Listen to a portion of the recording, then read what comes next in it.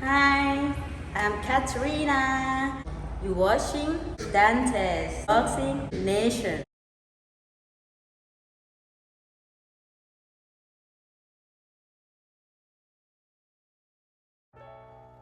Dante's Boxing Nation, what's going on, guys? So it is definitely about to go down this year in 2023 in the sport of boxing. Because finally, Stephen Fulton, he breaks his silence and has a lot to say about his fight with Inoue. Of course, he talked about how fans were accusing him of ducking Inoue when he was completely silent.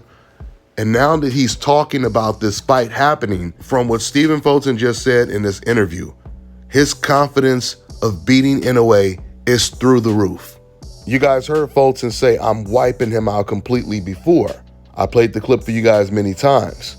Well, it's safe to say after watching this interview, he feels the exact same way. He still feels that's what he's going to do to Inoue. He gave a lot of good information when it comes to the details on this Inoue fight. I'm about to play the clip, but I just want to go into more detail. It's just so funny because while everyone thought that Stephen Fulton was ducking Inoue, little did we know he was actually the one that reached out to Inoue as soon as he found out that Inoue was moving up. He reached out to Inoue's people immediately and said, can we make this fight happen? And he said Al Heyman gave him the blessing. And when I say Al gave him the blessing, I mean he gave him the blessing to go over and fight this man on ESPN, which once again goes to show you any fight could be made if both fighters want to fight against each other. Let me go ahead and play this clip for you. This is what Fulton said to Brian Custer. You've been quiet. Tell us why you've been quiet. There was a lot going on as far as like everyone want to hear about the Inoue thing. Everyone wants to question me, and me personally, I still was in works of making it happen. I just want to make it happen to shut everybody up. Everybody that was the ducking accusations and things like that. I just want to shut everybody up. As well as a lot of interviewers just asking me the same questions over and over and over. Every person asked me the same exact thing. So it's like, I have to say this to you, and then probably to the next person, to the next. I need new questions. I love it. So, but here's my question, because there was so much talk that Stephen Fulton Jr. was going to fight Brandon Figueroa in a rematch at 126, that you guys were going up in weight, but now you're defending your titles against Naoya Inoue in Japan. Tell us why. I was in talks with Brandon Figueroa back in November before the Inoue fight, and I was only going to do that because, to silence the critics. Everybody was talking, and it was a close fight, and this person won, this one lost. So I wanted to silence the critics, but after I heard that Inoue was moving up, I made the call to Lou de Cuba, and we all got Al on the phone, and we made it happen. Al gave me the blessing, and that's something I wanted to do. And I feel like that's how my whole career went. Anything I wanted to do, Al allow me to do that, as well as me wanting it for myself. Did you guys hear what Fulton said right there? He said, whatever I wanted to do, Al let me do it. So Stephen Fulton just completely shut down anyone that's using excuses that a fight can't happen because Al Heyman is not allowing it to happen. If two fighters want to fight against each other, that fight is going to happen. This is why Fulton is fighting Inoue on ESPN. This is the reason why Gervonta Tank Davis is fighting Ryan Garcia on PBC and DAZN. So getting back to Fulton Inoue, once again, Fulton is showing an enormous amount of confidence, especially when he was asked the question, why would you go to Japan and fight this guy when you're the champion? Inoue is moving up in weight, challenging you for your belts. So once again, why would you be the one traveling to his country and not the other way around? This is what Fulton said. I need some excitement. Nothing is exciting me no more. I feel like this is when I come alive. This is when I feel like everyone's looking at me like, oh, his back is against the wall. Why is the champion going over Japan? I called this fight back in 2021, 2020. I've been said that. I said, I'm going to have to go to Japan to fight. I told my coach, I said, I'm going to have to go to Japan to fight him. And he didn't understand. He's like, man, why would you do that? It's the same thing. Why would you do that? And I said, that's a big fight. I said, trust me, I know what I'm talking about. And now look where we at. Do you think you can get a decision in Japan? I mean, I feel like when you take those type of trips, you don't just go over there for a decision. But if it comes down to that, I feel like yes, yes. He's not going to Japan for a decision, guys. And we know Inoue won't be looking for a decision either. That means this is going to be a great fight. Even though this fight is in Inoue's backyard, I still give Inoue an enormous amount of credit for taking a fight like this.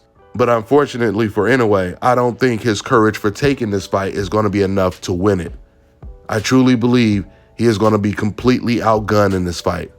Ever since this fight came close to being official, I've been studying both fighters a lot. I've been watching a lot of Fulton's fights. I've been watching a lot of Inoue's fights. I've been mainly watching Inoue versus Donaire, the first fight, and the Butler fight. And right now I'm watching the Fulton versus Roman fight. I'm not going to really watch the Figueroa fight because Figueroa and Inoue, they have complete opposite styles. In fact, I believe the Inoue fight will be a much easier fight than the Figueroa fight. Figueroa, he's an inside swarming type of Maidana type of fighter. Inoue is a boxer puncher, but the problem is he does not have the defense to be a boxer puncher, at least not on this level. He's a great boxer puncher if he's in the ring with fighters like Butler, but he's not going to look like that when he's in the ring with Stephen Fulton. I can guarantee you that.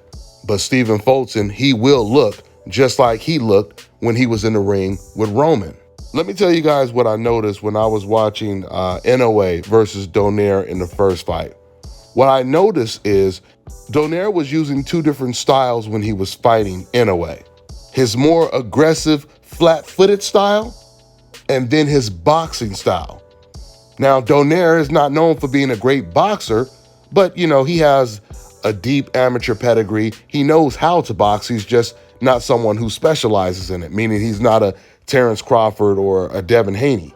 Okay, so what I noticed in the fight is when Donaire was coming in aggressive, you know, in like that high guard, looking only to land like big power shots, like trying to hit him with hard hooks, uppercuts, hard lead right hands.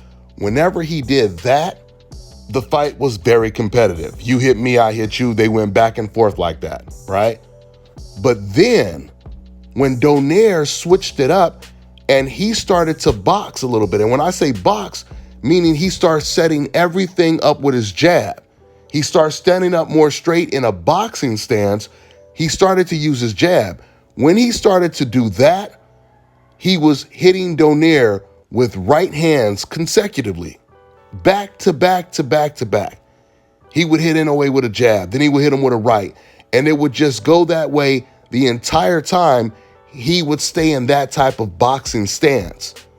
Every once in a while, Donaire, he would get greedy and he would go back to that aggressive stance, and that's when, once again, it would be back and forth. But when Donaire was in his boxing stance, he was picking Inoue apart, landing the same punches over and over and over again. And that's the difference from an Inoue and a Stephen Fulton. If you catch Stephen Fulton with a good right hand, I can promise you, you're not going to hit him with an additional 2 and 3 more right hands, especially not in the same round. You're going to have to work really, really hard to land that right hand again if you land the first one on Fulton. But Inoue, he keeps getting caught with the same punch over and over again, and that's going to be his demise in the Steve Fulton fight.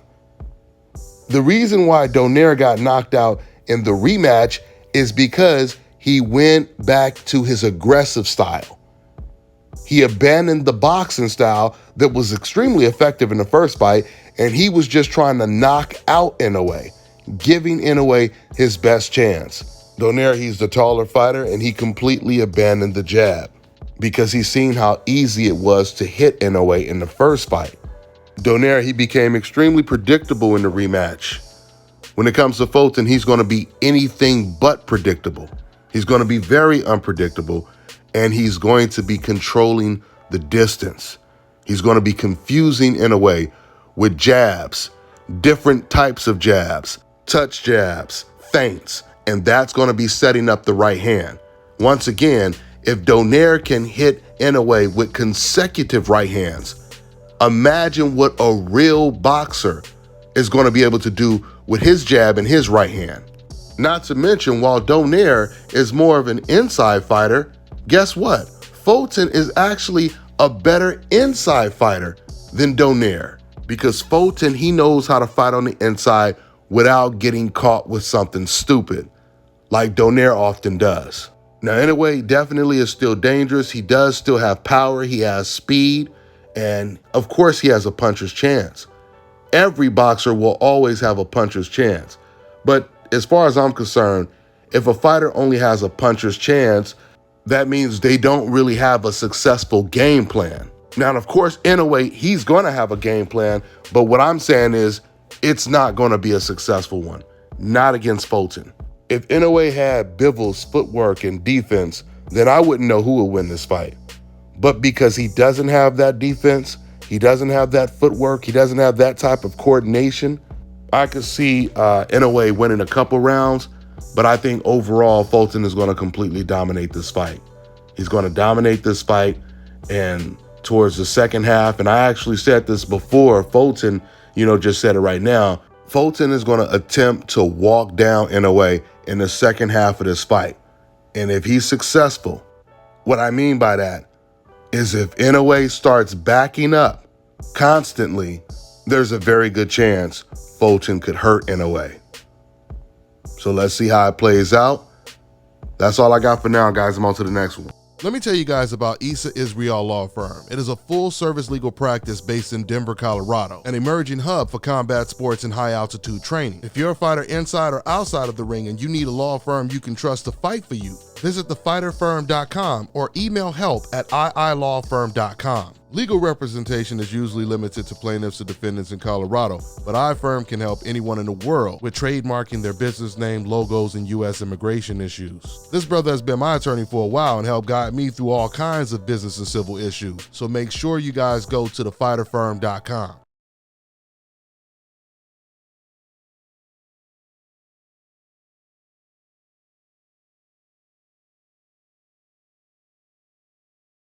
All right, now check this out, guys. If you're looking to repair eczema scars, burns and bruises, dark spots and blemishes, the fever blisters, diabetic ulcers, this right here is the perfect product for you guys. It's called Elo Deki Face and Body Oil. Athletes and top-ranking boxers, they're also using it after training to reduce swelling, inflammation, and to ease the pain. So get yours today. Go to elodeki.com, like them on Facebook, and follow them on Instagram.